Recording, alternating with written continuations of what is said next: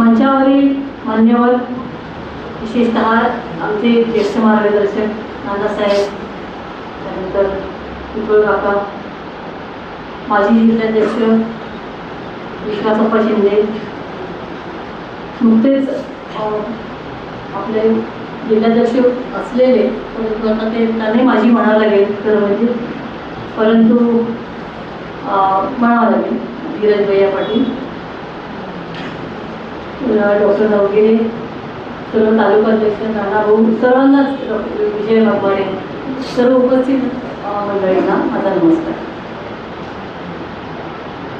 मी जास्त बोलणार नाही आहे, कारण बोलण्यापेक्षा काम करण्यावरती आपल्या सगळ्यांचाच विश्वास आहे आणि भाषण ऐकण्यापेक्षा सुद्धा आपल्याला काम करायला जास्त सगळ्यांना आवडेल असं मला वाटतं. कारण आपण मगाशी कोणीतरी म्हणल्याप्रमाणे आपण सच्चे कार्यकर्ते आहोत. पक्षाच्या प्रत्येक दिवसांमध्ये सुद्धा आपण इथे टिकून राहिलेलो.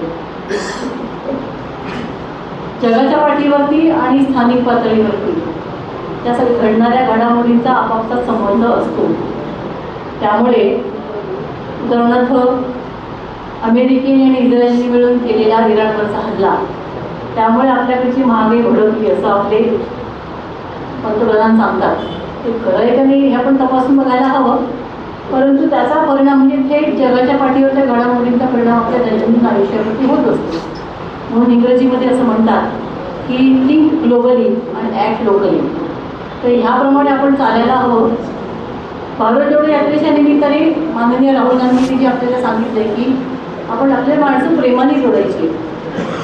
सर्व गावातल्या आपल्या आसपासच्या भोवतालच्या लोकांना हा विश्वास आपल्याकडनं वाटला पाहिजे की तो विश्वास ही आपली माणसं, आपुलकीची माणसं आहेत, जिव्हाळ्याची माणसं आहेत.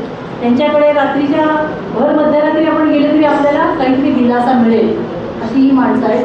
हा विश्वास आपल्याला सगळ्यांमध्ये निर्माण करायचा आहे आणि हा विश्वास निर्माण करण्यासाठी राहुल गांधींच्या आणि माननीय खरगे साहेबांच्या टीमनी आपले जे नवीन जिल्हाध्यक्ष निवडलेले संघटन सृजनच्या माध्यमातून ही एक लोकशाही प्रक्रिया आपल्या पक्षामध्ये राबवली गेली. सर्वांची मतं लक्षात घेऊन आपला अध्यक्ष निवडला गेलेला आहे, याचं भान आपण ठेवायला हवं. आणि म्हणून अशा एवढ्या सगळ्या घुसळीतनं ज्याच्या गळ्यातली माल पडलेली, त्यांच्यावरती जबाबदारी वाढलेली पण अतिशय योग्य उमेदवार निवडला आहे, त्या अर्थाने ही सगळी प्रक्रिया पुढे नेण्यासाठी मी उमेशराजे निंबाळकर यांचं मनपूर्वक अभिनंदन करते आणि त्यांना शुभेच्छा देते. आम्ही तिथे सोबत आहोत सगळे. त्याचबरोबर आपली एक अपेक्षा असते ते उस्मानाबाद जिल्हा धाराशिव जिल्हा काँग्रेस कमिटीचे अध्यक्ष, ती कमिटी आहे. आपण सर्व त्या वेगवेगळ्या ठिकाणी वेगवेगळ्या पातळीवरती कमिटी आहोत, त्याची लिडरशिप त्यांच्याकडे आहे. उदाहरणार्थ 5,000 समजा काँग्रेस कार्यकर्ते आपल्या जिल्ह्यामध्ये असतील तर त्यांचं नेतृत्व त्यांच्याकडे आहे. परंतु सगळ्या गोष्टी आपण त्यांच्या भरोशावर आपण सोडून द्यायच्या का? पक्ष त्यांनी चालवायचा नाही, पक्ष आपला पण आहे. त्याचं प्रतीक म्हणून पक्षाची जबाबदारी आपण सुद्धा उचलली पाहिजे.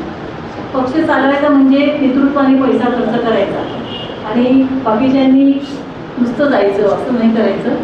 त्या हेतूने माझी अशी अपेक्षा आहे, अपेक्षा व्यक्त करते आपल्या सगळ्यांसमोर. आपण प्रत्येकाने दर महिन्याला एक 100 रुपये 50 रुपये आपल्याला जे जमतील तसे आपण पक्षाच्या निधीमध्ये आपण टाकत जावेत आणि त्याची रीतसर पावती घ्यावी. आपल्या उमेशराजेंच्या कार्याला आपण हातभार लावावा. त्या अर्थाने मी स्वतः माझी 10,000 रुपयाची देणगी मी जाहीर करत आहे. आपल्या कोषाध्यक्षांकडे मी आपला चेक सुपूर्द करेन. मी नुसतं आपण तन मन धनाने म्हणतो ना आपण, तर आपल्या स्वतःचा खर्च आपण प्रवासाचा करतो, खाण्यापिण्याचा करतो, पण पक्षाकार्याचा सुद्धा आपण भार उचलला पाहिजे.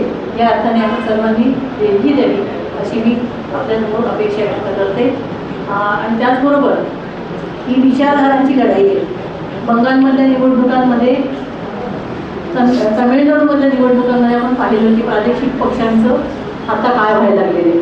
हे सगळे प्रादेशिक पक्ष काँग्रेसचे मतदार, काँग्रेसच्या मतदारांना आपल्याकडे ओढून घेऊन आतापर्यंत टिकले, परंतु पुढच्या काळात ते टिकणार आहेत. ह्या सगळ्यांना आपल्याकडे पुन्हा ओढायचं असेल तर आपल्याला पुन्हा नव्या जोमाने त्या नव्या दमाच्या आपल्या अध्यक्षाच्या नेतृत्वाखाली आपल्याला काम करायचं आहे. आणि यासाठी आपण पुन्हा एकदा त्यांना विश्वास देऊया की आम्ही सगळे तुमच्यासोबत आहोत. केव्हाही आम्हाला हाच मारा, आम्ही काम करू. आणि हे सांगण्यासाठी मी आज इथं आलेली आहे.